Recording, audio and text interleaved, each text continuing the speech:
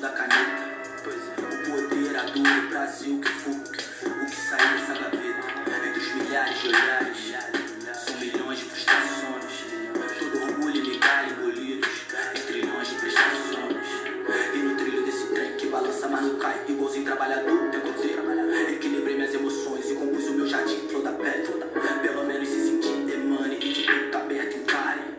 O tempo e suas artimanhas, temos o mundo, a vida, quase nada, tudo isso junto. Salve, salve pessoal! Aqui quem vos fala é Marcos Morcego e eu vim aqui para apresentar mais um Caverna do Morcego.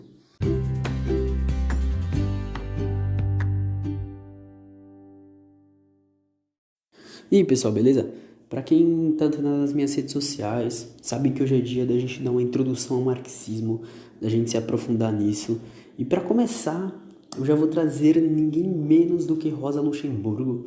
Eu vou trazer dela o ensaio Reforma Social ou Revolução e também uma parte de a socialização da sociedade.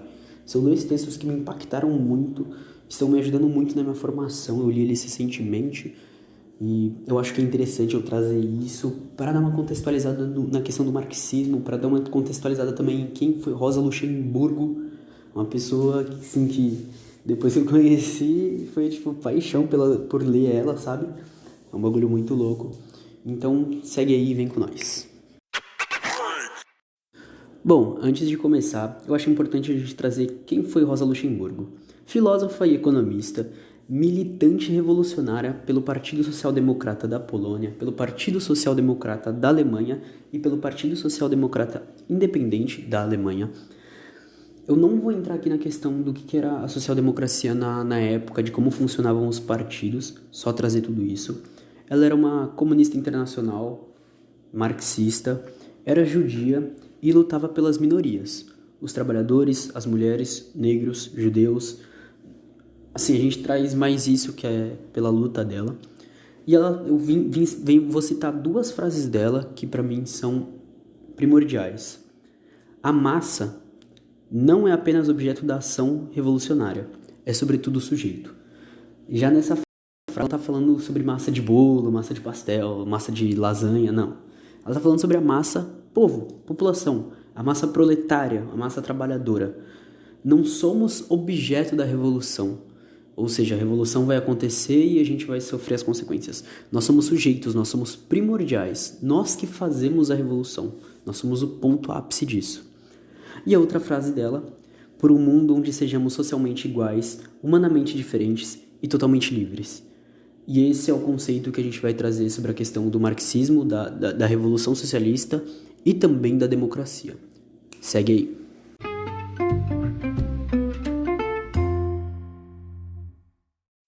E dando introdução, vamos começar por reforma social ou revolução. É mais uma pergunta. Nós optaremos pela reforma social ou pela revolução? E ela começa trazendo uma introdução, onde ela fala que as reformas servem para a melhoria da situação do trabalhador pelas instituições. Ou seja, servem para orientar para o objetivo final e conquistar o poder político para abolir o sistema salarial. Ou seja, é um primeiro passo, ela coloca isso traz isso na introdução. E justamente por isso ela já traz uma frase que é: a luta pela reforma social é o meio, a revolução social é o final.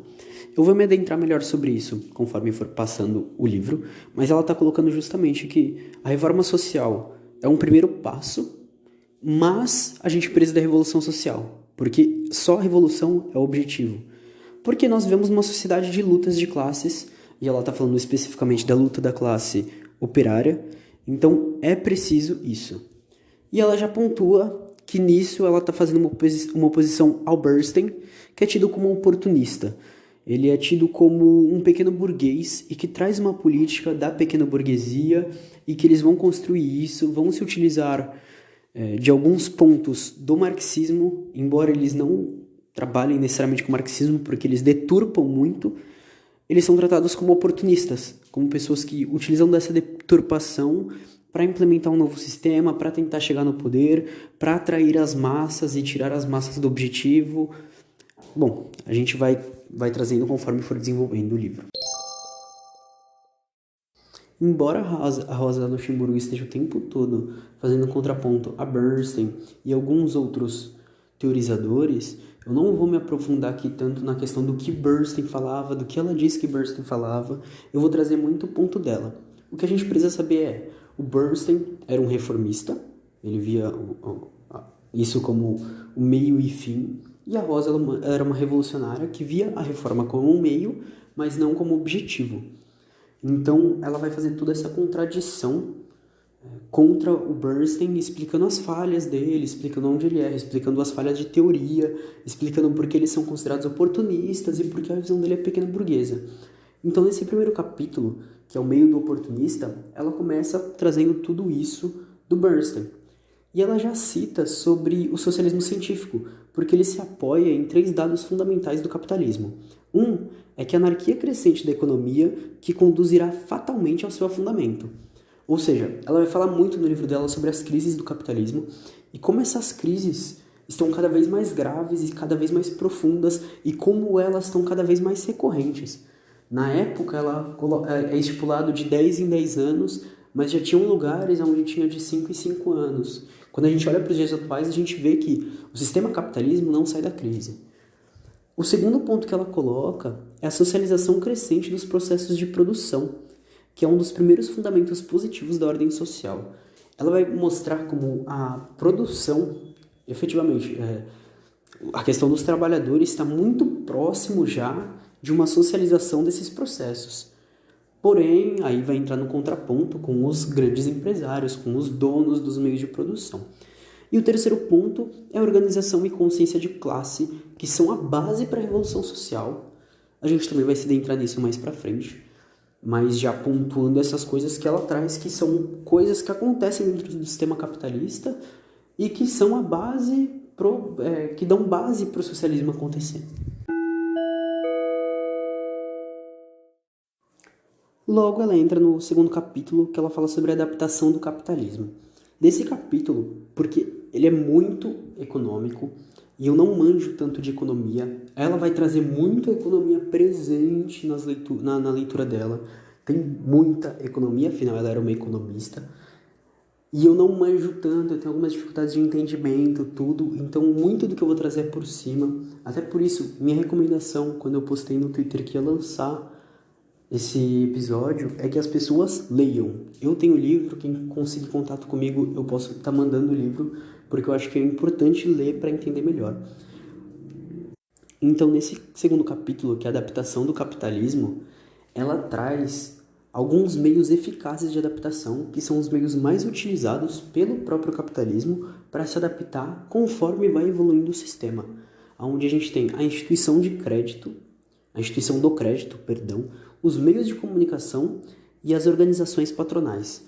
E aí ela acaba explicando tudo isso, como cada uma funciona. A questão do crédito, ela explica muito bem, mas como eu não vou me adentrar nisso, porque realmente meu conhecimento foi a primeira vez que eu estava lendo sobre isso e pá.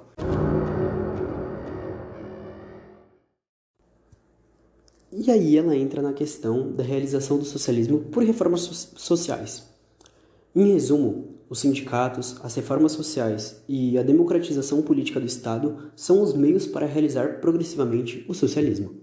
Isso é uma frase do Bernstein, que é um reformista, que é o mesmo que eu citei no começo, e ele vai trazer essa frase, ela já vai fazer um contraponto, e aí ela coloca, o que ele acertou é no que ele coloca como função do sindicato.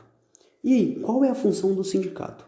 A função do sindicato é permitir aos operários a realização da lei capitalista dos salários, a venda da força de trabalho.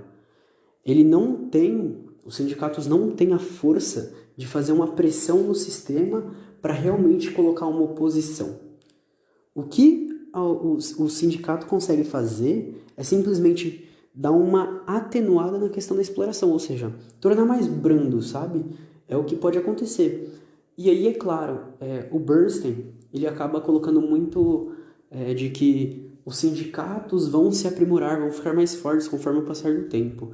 Mas a gente tem que olhar que isso depende muito do Estado que nós estamos falando, o Estado que eu digo país, depende muito do governo, depende muito de tudo que acontece.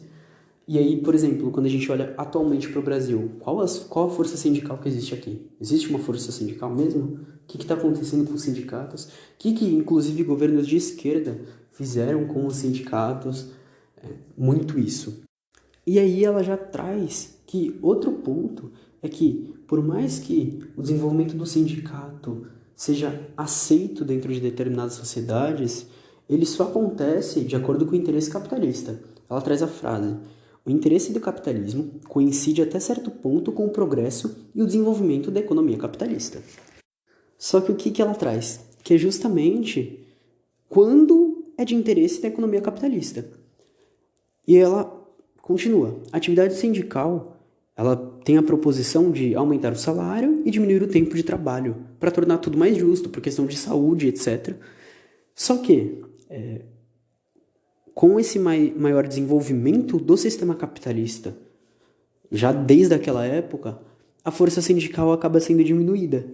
E o sindicato acaba se tornando simplesmente uma defesa dos direitos. Ou seja, para os capitalistas não invadirem os direitos já conquistados. Mas nunca vai ser uma luta por mais do que isso. É simplesmente para defesa e para conseguir manter o pouco que nos resta.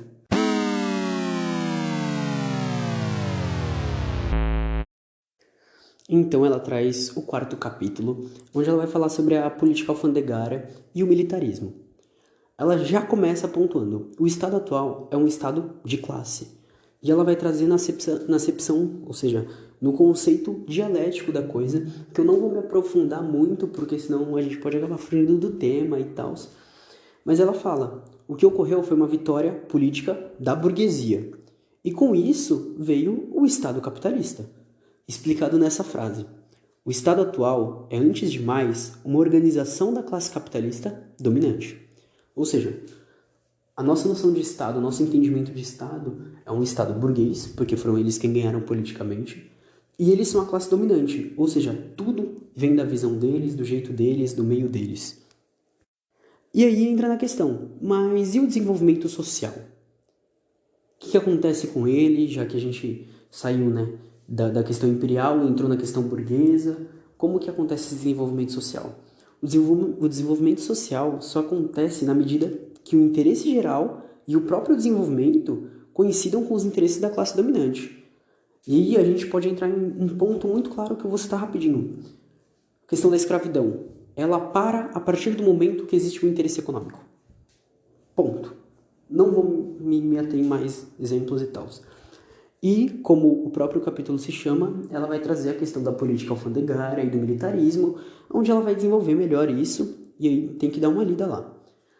O conflito entre o desenvolvimento do capitalismo e o interesse da classe dominante faz com que o Estado se alinhe ao lado da classe dominante. Logo, vai se tornar uma política burguesa contra o desenvolvimento social, contra isso. É muito louco quando a gente pensa isso, quando a gente olha, quando a gente pensa, por exemplo, na questão das empregadas no país, quando a gente pensa muito nisso. Dá para trazer diversas coisas que ela traz para a realidade, para o Brasil atual. Ela está escrevendo esse livro em 1800, eu não lembro se é 80 e alguma coisa ou 90 e alguma coisa. Mas antes de 1900, a gente está em 2020. Olha que loucura. E aí ela traz a questão da propriedade e do Estado, que ambos evoluem. E aí propriedade no sentido de propriedade privada e Estado no sentido de governo. Só que eles correm em direções totalmente opostas. A produção está cada vez sendo mais socializada, só que também ocorre uma intervenção do controle do Estado sobre o processo de produção. E também aumenta cada vez mais. A grande questão é que a propriedade privada ela vai se basear cada vez mais na exploração capitalista brutal do trabalho dos outros, e o Estado vai estar cada vez mais atendendo os interesses da classe dominante. Então, pensa assim, como a gente já falou no começo, ocorre esse processo de socialização cada vez maior dentro do trabalho. Ou seja, os trabalhadores têm processos cada vez mais próximos, ocorre tudo isso. Ocorre uma dinamização onde a classe trabalhadora é a classe trabalhadora em todo lugar.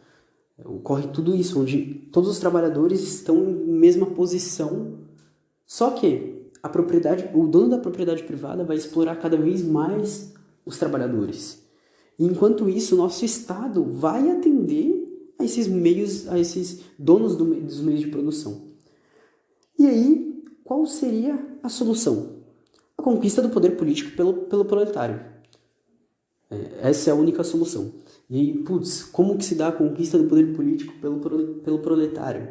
E aí a gente vai trazer mais pra frente. Ela entra no 5º capítulo, que é o que encerra a primeira parte do livro, onde ela fala sobre as consequências práticas e o caráter geral do revisionismo. O revisionismo é basicamente esse pessoal oportunista, onde eles vão rever as questões do materialismo histórico, da própria dialética, da própria luta de classes, e vão acabar deturpando certos entendimentos. Mas a luta sindical e a luta política, elas são importantes, porque elas atuam sobre a consciência do proletariado. Elas são uma forma de reorganização do povo como classe. Elas são justamente essa questão da gente se ver como classe. Mas e se elas fossem no final? De acordo com a Rosa, elas deixariam de ser um meio de educar a classe e deixariam também de ser um meio de preparar para a conquista do poder. Ou seja, se esse fosse o final fosse puramente o reformismo, a gente cairia numa questão de não sair da lógica burguesa, da lógica capitalista, da lógica desse sistema. Quando a gente analisa, por exemplo, para o PT, que ele trouxe nada mais do que isso. A gente achou que fosse uma saída, ele trouxe algumas reformas, trouxe várias pautas interessantes, embora ainda não fosse o fim delas, mas trouxe no começo pautas interessantes. Mas a lógica deles não era uma lógica de sair desse sistema. Era uma lógica de se manter no mesmo sistema, de ser oportunista, aproveitando de bases do socialismo marxista. E aí ela entra na questão das crises mais aprofundadamente. As crises, elas não são desordens, ou melhor, como traz ela, as crises são desordens sem as quais o capitalismo não poderia se desenvolver. E aí ela vai entrar na questão das baixas das taxas de lucro, no aumento da produtividade de trabalho e no problema dos pequenos e médios capitais, onde ela explica como as crises funcionam, porque elas são benéficas para o capitalismo. E, bom, tem que ler, porque esse capítulo, principalmente, ele não é tão difícil de você entender essa questão econômica, mas quando você lê, você entende muito melhor do que eu explicando.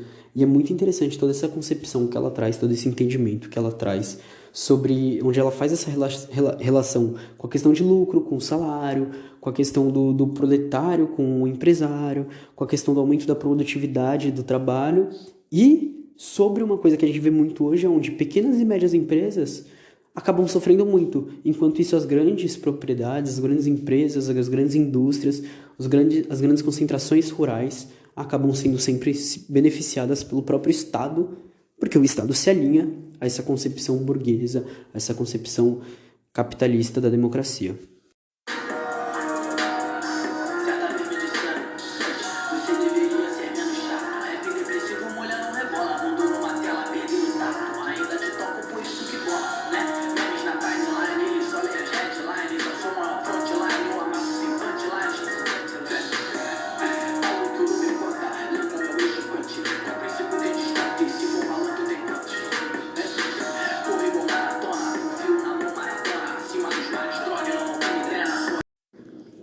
Então nós entramos na parte 2 do livro, onde ela vai falar sobre o desenvolvimento econômico e o socialismo.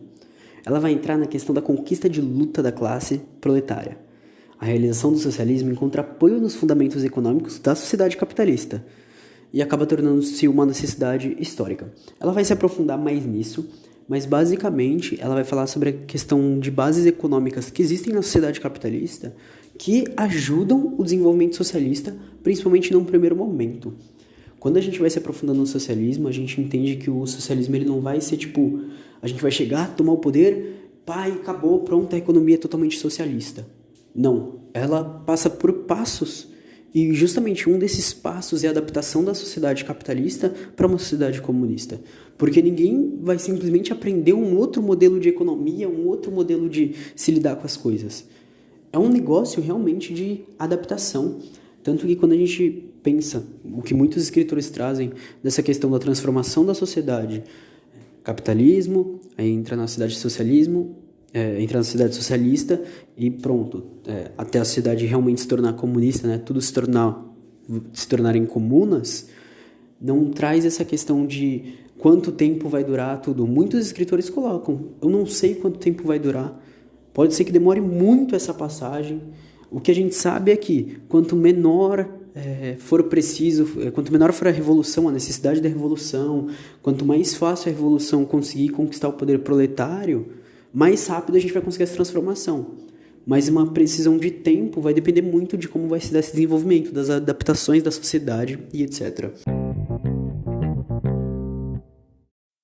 O segundo capítulo que ela traz nessa segunda parte é os sindicatos, as cooperativas e a democracia política. Eu não vou me adentrar tanto nesse capítulo porque ela traz muita coisa sobre as cooperativas e eu ainda tenho minhas ressalvas, tenho meus pensamentos, ainda estou tentando, né? Foi a primeira vez que eu vi o termo, foi a primeira vez que eu vi como foi utilizado e pá, então eu me mantive, prefiro não falar sobre isso. Ela vai falar sobre a questão dos sindicatos e da luta salário contra lucro. E aí ela fala de uma questão que a observação que ela coloca não precisa ser feita no campo marxista, não precisam ser lidos marxistas, não precisa ser marxista para entender isso. Ela fala para ler Rodbertus, onde ele vai trazer no livro Para Esclarecer a Questão Social. E aí ela fala sobre a questão da proletarização das classes médias e uma maior população operária. E o que seria isso, Marcos? Meu Deus do céu. É justamente a questão de pessoas da classe média, ao invés de estarem se associando a uma elite, a uma pequena e média burguesia, a uma questão de terem pequenas e médias empresas, ela vai se associando cada vez mais ao proletário. O número de massa proletária aumenta. Então, quando a gente analisa, por exemplo, número de pessoas trabalhando informalmente, número de pessoas que estão desempregadas, todas essas pessoas compõem a massa proletária, o número de pequenas e médias empresas fechadas, como, né, a gente vê com as medidas que o Paulo Guedes tomou, onde não estava liberando linhas de crédito para pequenas e médias empresas. É toda uma jogada que acontece dentro do capitalismo. E ela fala também sobre a questão do aumento da produtividade do trabalho. Só que ela pontua isso porque ela está fazendo uma oposição ao Bernstein. Porque isso que acontece não é ruim para a revolução. Mas o Bernstein, ele quer reverter isso, ele quer lutar contra isso. E ao lutar contra isso, além dele estar favorecendo a pequena e média burguesia, ele está tentando ir para uma fase anterior do sistema capitalista, da economia capitalista. E aí ela traz isso como um problema. E aí ela entra numa discussão muito louca que, precisa ser feita com calma. Ela vai falar sobre a questão da democracia.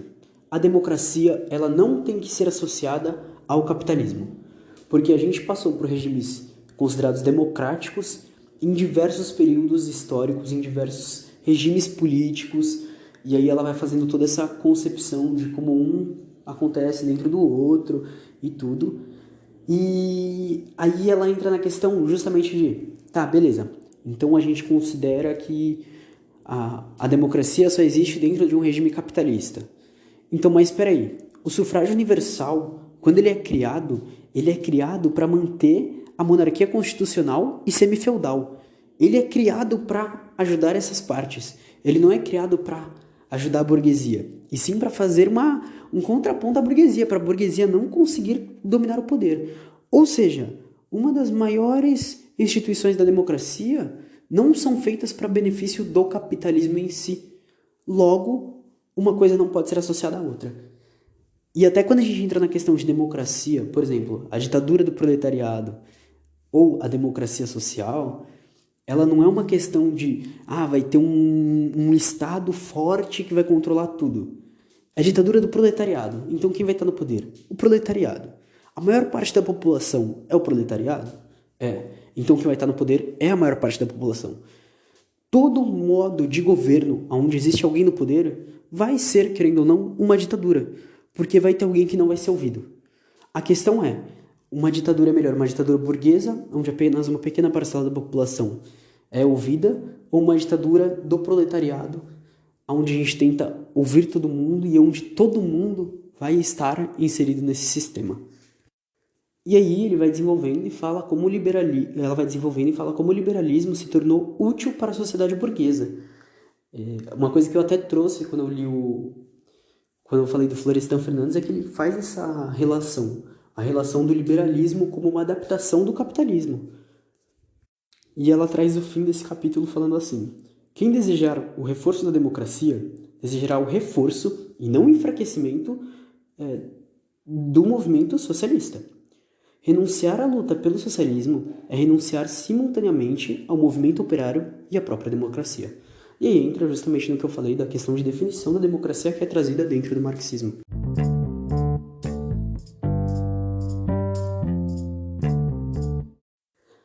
E aí o capítulo 3, a conquista do poder político. A evolução da democracia terá tornado supérflua ou impossível uma revolução proletária visando a conquista do poder político?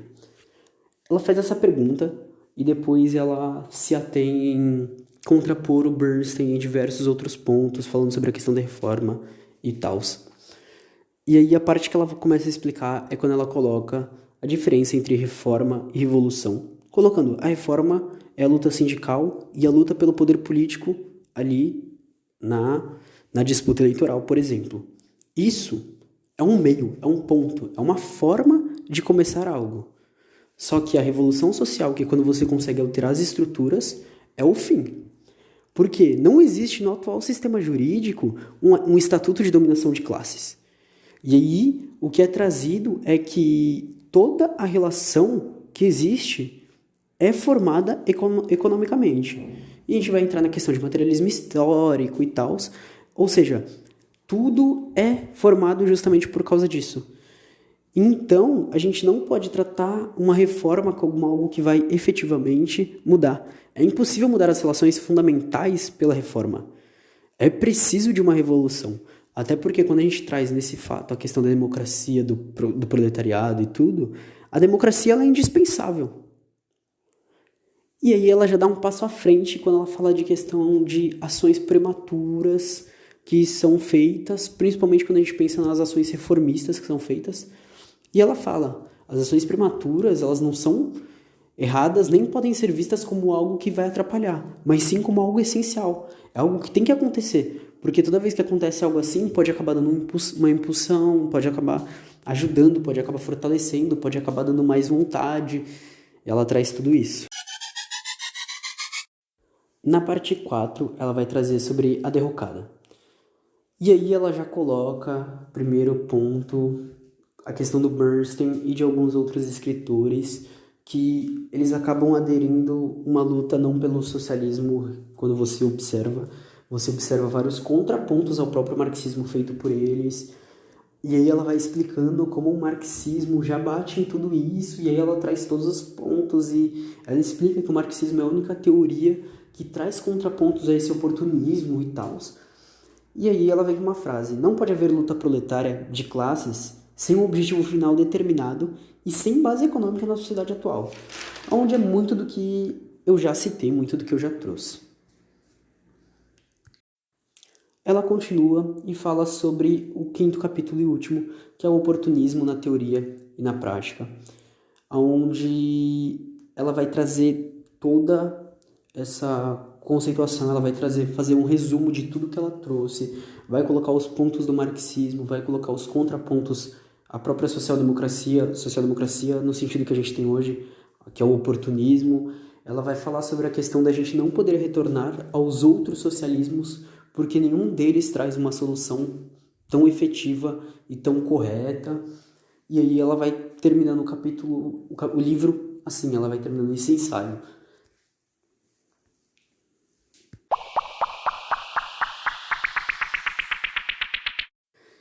E agora, trazendo a socialização da sociedade também dela. É bem curto, então vai ficar tudo agora de uma vez no final. E ela vai falar sobre a questão do poder político estatal. O que seria obter o poder político estatal? Obter certos cargos, certas posições dentro do governo. E isso é um meio, é um meio reformista para atingir a revolução social. Hoje a gente tem riquezas concentradas e um salário que é pequeno. Então o que acontece é um enriquecimento de pequenos ociosos. E ela coloca que o sistema ele vai permanecer assim. E quando a gente olha hoje em dia o crescente número de milionários em comparação ao crescente número de pessoas que estão em extrema pobreza, que estão morrendo por fome. Eu trouxe isso no Jornal do Morcego ontem e eu acho que é um ponto crucial isso. E aí ela vai falar sobre a questão das riquezas sociais, do solo e dos tesouros que existem dentro e fora do solo, das fábricas e as empresas. E elas devem ser tiradas das mãos dos exploradores. Eles não podem mais ter controle sobre isso. E qual é o primeiro ponto? Os meios de produção, né? Quando a gente atinge o poder, primeiro ponto são os meios de produção mais importantes devem ser tornados propriedade nacional e o trabalho deve ser socializado. E só a partir daí a gente começa a construção de uma nova economia. Antes disso, existe a base capitalista, né? Em todo esse processo da tomada de poder. É todo um processo muito complexo. Hoje a gente tem um patrão que ele comanda tudo, que ele tem o poder, ele tem o controle sobre tudo. E a gente tem um trabalhador alienado ao trabalho. E qual que é o objetivo? É a produção fornecer à coletividade, ou seja, a todos, os meios para satisfazer as necessidades. É a gente não deixar o trabalhador ser alienado, a gente trazer bem-estar, a gente trazer diversos pontos que são necessários para um trabalho coletivizado, pensando num bem maior. E aí ela vai explicando em 3 pontos. O primeiro ponto é a vida digna, o alimento abundante, o vestuário, os meios culturais de existência e uma maior produtividade do trabalho. E ela já coloca, nós não precisamos nem queremos tirar a pequena propriedade. Apenas as grandes empresas industriais e agrícolas. E aí ela coloca como os pequenos proprietários vão automaticamente, voluntariamente, se agregar a um modelo socializado por ver como que é muito melhor do que o movimento capitalista, do que o método capitalista, do que tanto o Estado, mas como a economia e as empresas funcionam no método capitalista. O segundo ponto é o trabalho, porque ele é a base da sociedade. Ou seja, todo mundo precisa trabalhar. É claro que nem todos conseguem, então é um dever apenas dos capazes. E aí os que não são capazes, a coletividade tem a obrigação de cuidar. Porque o objetivo, como é a coletivização,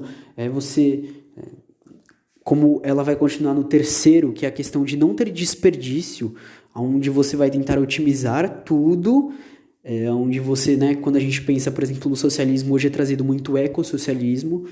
Ou seja, se a pessoa precisa, a gente vai tentar prover as condições para que ela consiga ser abastecida, porque ela não tem condição de trabalhar. E nessa questão do sem desperdício, que é o terceiro ponto, também entra a questão do fim das indústrias bélicas e de munição, sem artigos de luxo, e nem a questão da criadagem, né, que é você ter pessoas que trabalham para você dentro da sua casa e tudo. O trabalho hoje é tido como um fardo, e o objetivo é a saúde do trabalhador e o prazer pelo trabalho. Então a gente vai ter a diferenciação de trabalho intelectual e trabalho manual, mas ambos têm que ser valorizados. Vai entrar em toda essa questão.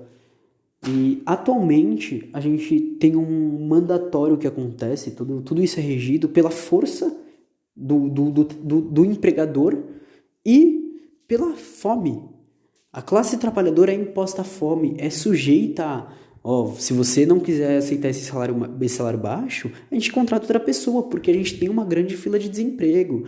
A gente vai ser trabalhado na questão da exploração, principalmente quando a gente pensa que na época que ela está falando, o colonialismo ainda estava acontecendo em diversos lugares, e os lugares que não estavam sendo colonizados diretamente já estavam nessa questão de capitalismo dependente para precisar continuar na relação de colônia com outros países. Até hoje a gente tem isso.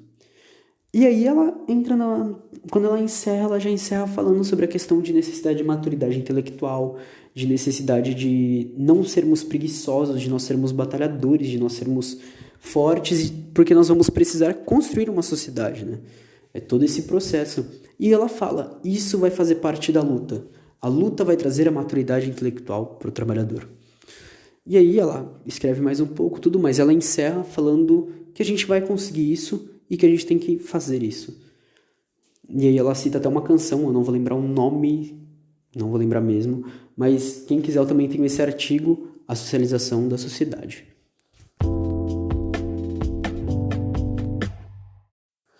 Bom, pessoal, e aqui a gente encerra. Se ficou qualquer dúvida, só manda mensagem. Se quer o livro ou o artigo, só manda mensagem. Tenho todos eles. Eu agradeço para quem ficou por aqui. Não esquece de seguir no Insta nem no Twitter, @morcego_, Marcos_. Divulga muito, porque esse episódio é um episódio muito pesado.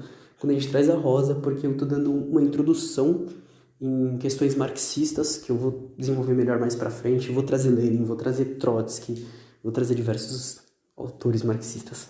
Amo. E também vou trazer leituras marxianas, como o próprio Marx e Engels, né? São os dois. Mas é isso, brigadão. Fiquem na paz. Beijo, beijo, beijo!